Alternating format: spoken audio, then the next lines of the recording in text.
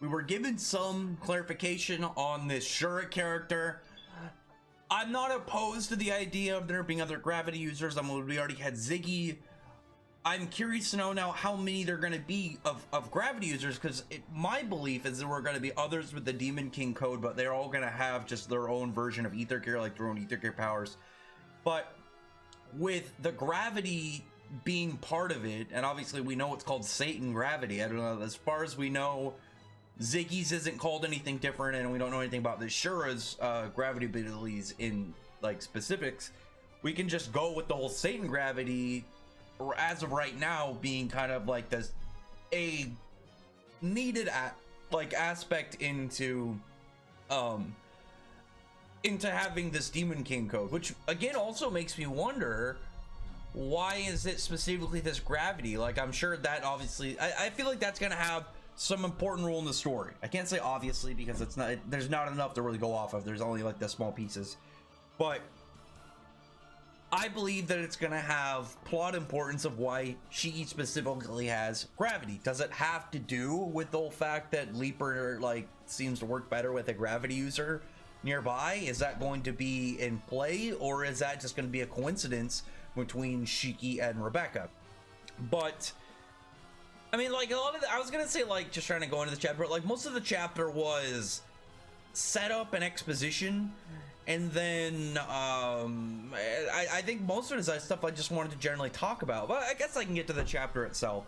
It's because I think the fact that there's more Demon King apparent people who have this like ether code is interesting in of itself, but all of them to have gravity again is very weird, because you're at least one other person, two if you count Ziggy, have the same ability as the main character. And you'll get like, generally when you have like characters like a rival or some form of adversary, they'll have powers of a similar nature, but it's not the same. Like, there's only really one Fire Dragon Slayer for Natsu. There's only one anti-magic person for Asta. There's only one Gomu no Mi for Luffy. I'm trying to think of someone specific, because I can't say, I couldn't say it for Deku. I mean, like, there's other super strong people, but there's obviously like only some that have so many of their like OP abilities stacked in, and you know what I mean though. But it's like, you can have someone of a similar ability, but like seemingly having someone with like the same set as you, it just, I don't know, it's odd. It's like whenever you'd watch like Pokemon and then somebody would try and use a Pikachu on Ash, you're just like, all right, this guy's got to have something up his sleeve if he's apparently used a Pikachu on the main character who made a Pikachu. Something like that. It just has like a weird, it has a weird vibe to it, especially when you have like an author who's got so many powers. Like, even in this chapter, I really liked seeing Orc's power. I thought his was super cool. This was actually one of the parts, like, even though I said it was like mostly setup and exposition, his power, I think, is just, it's simple, but it's badass. It's just one of those abilities that just, it's like, wow, that's really cool from the get-go. I mean, it's like, some of them are very complicated, and obviously, like, the extent of, like, what Shiki or Wise's powers could be, like, in TLDR, gravity manipulation, machine reconstruction, but those obviously have a very high-end array of, like, what their capabilities would be. It's kind of like I mentioned in a different video, like, there are some abilities that are just cool by default. Like I said, bone manipulation is cool. Doesn't matter what series it's in, whether it's in Fairy Tail, whether it's in Black Clover, whether it's in Naruto. If you have a character that can manipulate their bones, that's just cool.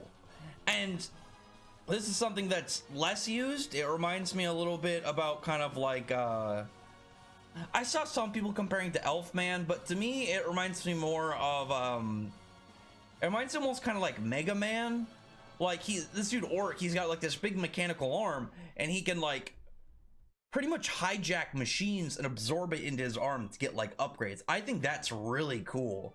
I think that's just badass in of itself, because you have a guy who at any situation he's really gonna be in, unless they're somehow like off in the middle of nowhere, no machines, are fighting some old monk or something who's just like using ether gear or some old power. This guy's just gonna be able to, you know, try and absorb part of a machine and get its weapons. It's kind of like how Wise's power is just so universally good in the Eden Zero setting, this guy's is too. This guy's power is really good. It's not as like high potential as Wise's, because the big thing about Wise's, if Wise's power was just like he can rewrite the programming so it works for him, that'd be kind of like in the same realm of category of like, yeah, it's useful, like he could just kind of like hijack anything to be your weapon. But obviously his is way more extensive that he can alter them like in real time. This guy's is still badass. This is a cool ass power on a one arc small villain. Like, I don't expect this guy to show up again. Maybe he will, maybe he won't. Either way, I'm gonna remember this guy just for having a cool power. He's just one of those dudes. Like, after the end of this arc, I'm gonna look back and think, Mora, cool. Like his design, I thought his like glue slime powers was cool. And this dude, this guy's name, Orc, is pretty plain. His design, for the most part, is pretty plain. Like, maybe he'll be cooler, like, when he gets roughed up in battle or something. But, badass machine, like, assimilating robot arm, really cool. Really badass in general. The fights, though, were set up not to what I was expecting, to be perfectly honest. Like, we have, like, just like the start of the chapter, like, you have Pino trying to get the like the glue, the adhesive off of people. And I also really liked how Pino's power was given limitations. When you have a power that's really good in a series and you don't have a limit to it, there's always the worry of like, well, why aren't they using this power? But then there's also like fans who don't understand that everything's gonna have a limit. We just don't know them yet, but I think we should all like look at them logically. It's like Pino's EMP is really useful, not only because it will turn off machines, but also can turn off ether gear, which in most cases are going to be contributing factors to a fight. So there's always like, well, why doesn't she get in there and fight? She doesn't have like the level of capabilities that, you know, her counterparts like Ravemaster had. Plu wasn't like, he wasn't like that combat like capable. Like, you could use him in fights, like he actually was useful, but he had high durability. Like anybody who's read Ravemaster would know, like a little guy like that who can tank the overdrive, powerful. Happy actually like grew pretty durable like during his fights with Natsu, and has always been depicted as very fast. Pino doesn't have strength, she doesn't have speed, she's got a useful ability, but to me it's always been like, they're not going to get her in fights because it would be too much of a risk of her getting destroyed, because I mean, at the end of the day, like, she has this really good EMP ability, and she's got like her analysis machines, and like the fact she's pretty much a supercomputer. And I see that she's going to be useful later on. Like, we got the stuff with her, maybe her being a shining star one day. We know that she's related to Ziggy, like he had her main. There's something more plot tied to her that we don't know about yet. But the fact now that she can't undo things made by ether gears and other abilities is cool. I like that. It means that's like, if Draken Joe, you know, like we saw his with his ability, he made a gun with bullets included. If he formed that and she EMP'd, his form would disappear, I would assume. Overdrive is a different story. We don't know how Overdrive works with stuff like that, because Overdrive, it's like fusing with them. But like, say he's just normal ether gear Draken Joe, he's made a gun. It would turn off his powers and his ether gear, but the gun would still be there because it's already post-creation. So anything made out of the ether gear isn't going to just revert back to its normal self. You're not going to get like, I'm trying to think of like if Homura slashed somebody with their ether gear sword, obviously damage isn't going to be undone. I'm trying to think of somebody like a better way to kind of go about it. Like, is there another power off the top of my head that I could kind of use? I can't think of any off the top of my head. I guess like the Fee, like, or Laguna. I imagine Laguna, like if he, you know, made like this giant body of water during a fight, you turn off his ether gear, he might not have control of it. You might like undo, like people turn to tears, but I don't imagine the large body of water is just gonna vanish. So I like that a lot. It was a small thing in there that, in my opinion, improved the chapter a little bit, just because I think it gave questions to Pino's abilities that we didn't have yet, and maybe I missed it at some point, but as far as I know, that was the first time that I remember, so I was happy about that a lot. But like, we see some just general parts, like Orc throw this giant robot head at Shiki. Shiki grabs it, throws it. You know, he manipulates gravity, makes it super light, throws it. And because it's got like way less gravity, right, it's just gonna keep going. Just gonna keep going for who knows how long. Hit something else, or maybe when his ability wears off and it just kind of falls back to the ground. But they're saying like, oh, he's got a gravity ability just like Shura. So the Shura guy we're gonna see later, I'm guessing he's gonna be like some big deal inside of Nero's army, inside of his empire, which again I think will be really cool. I'd like to see a rival for Shiki. We don't have anything like that yet. It's something that I think he needs in this adventure. Like Haru's rival really was Lucia. His was more in the this is my enemy kind of adversary instead of a rival. Natsu's was gray, but theirs is more kind of like in a playful rivalry. It's not like Austin, you know. I think Shiki needs a rivalry. I think he honestly needs one with this space adventure. I think he needs somebody to compete against, because like he's too playful and kind of naive when it comes to like Wise to kind of have that same thing, because like Wise messes with him and Shiki just believes him. But I really liked the panel when Shiki was pulling the glue with his gravity, and you saw his arm just kind of motion back and then just gravity field just pulls all of it and his friends to him. I thought that was just cool. I think that visually was made just a lot better by that arm motion. I thought that looked really badass. And then like we get some fan service moments, and like people like get their clothes ripped. I did laugh when people like talking about how, oh, it only worked on like the chicks. It worked on like you see part of Wise's chest too. And the only reason you don't see more of what's her name, Couchpo or Chopo, she's wearing something underneath her shirt that was ripped. And as far as I can tell, like everybody just had their outer layer ripped. Anything like full on underneath, it just look relatively okay. Either way, like I just thought that was amusing. I did like when Wise is like, hey, do you rip my clothes? And then like Shiki and him are like, ripped clothes, eh? They look over at the girls. They know they're gonna get a peek in before like stuff got more serious. But then all these little drones came up, and it's like people from the Forestra planet, like the robots themselves, are sending in all these drones to exterminate people. They're just pretty much carpet bombing the whole area to try and kill any human threats. So they're just getting progressively more hostile and more vicious with non-robots, and I like that. I think it really shows into this. I still think it's a virus. I think with Hermit's indication this chapter and last chapter, I think it being a virus is the most likely case, or some form of just I don't really know what else to call it. A virus. I think it's just a computer virus, some form of programming bug that's altering them and making them worse and worse over time. But then we see Orc, like I like that he just jumps up there, and actually like the fact that Brittany tells him, like, seems to tell him, but not really, it makes me wonder if she's actually in charge. Because I figured that she might have been at one point, because she seems to be the one, like, way more talkative, and her with the glasses, I'm guessing she's, like, the brains. I don't know, though. I accidentally turned my music down. There we go. And when I was wondering about that, I was like, well, maybe she would have two people to fight her instead. And the way that, at least in my brain, I was like, okay, Couchpaw, I don't really know how she's gonna fight. Like, probably get her off on the side so she doesn't get killed.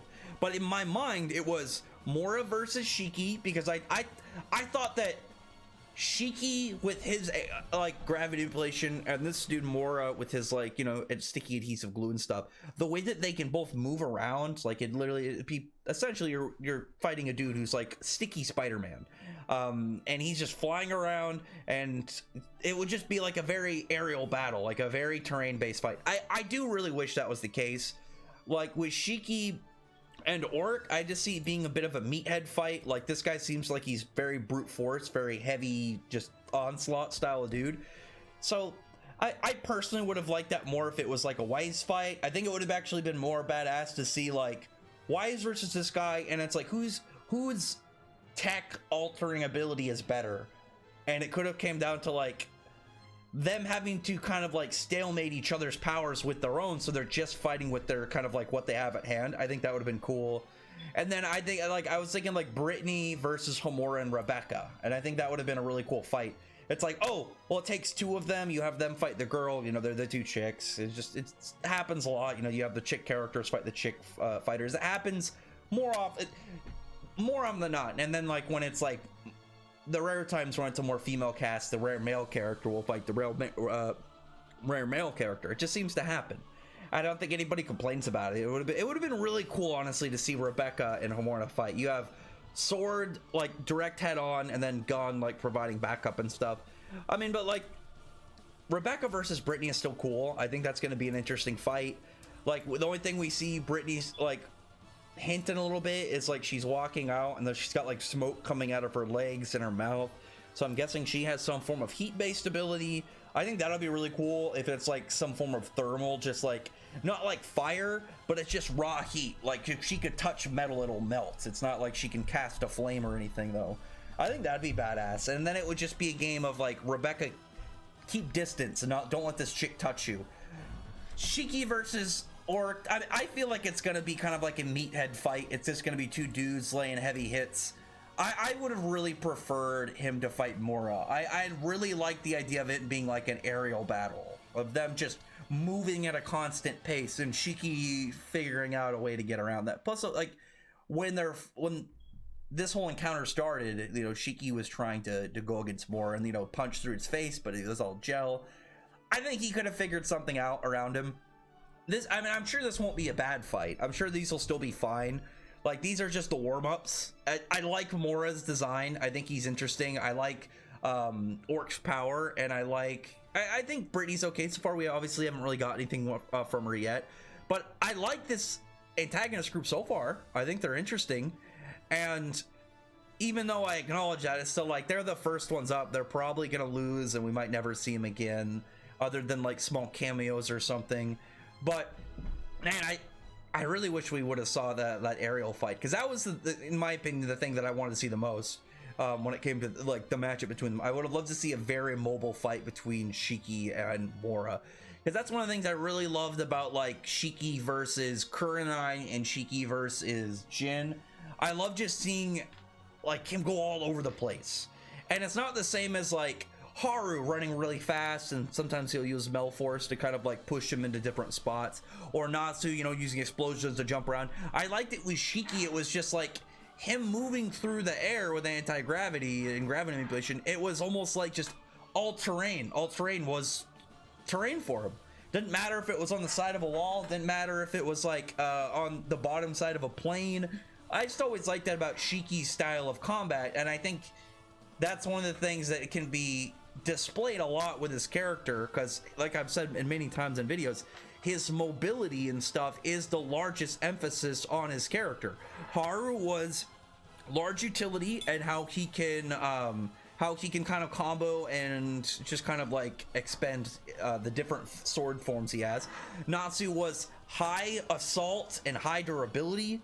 Shiki's is mobility and agility. I think that's just, in my opinion, the thing that should always be emphasized a lot in Shiki. But I guess it's fine having like just a big brute force fight if that's what it's going to end up being against this guy. We can still see some like very quick motions from Shiki, and Orc definitely is mobile. Like we saw him jump. Maybe he'll like get like a jetpack arm and we'll still be able to see like him just operate, but who knows for now. Either way though, comment below, tell me your thoughts about this, and tell me your thoughts on what's to come. Would you have liked any of the other fights? Are you fine with this one? If Orc ends up having like an aerial fight, like I said, like he ends up getting like a jetpack for part of his arm and he's flying around against Shiki, problem solved for me. Because in my biggest thing that I wanted in Shiki's fight was I just want to see Shiki extremely mobile. I like that about Shiki's fighting style. I think it's very cool. Anyway, other than that though, comment below, thumbs up the video, friend the like button, subscribe button, and check out my other videos. Other than that, I appreciate everybody who's already subscribed. Thank you all for listening. Bye.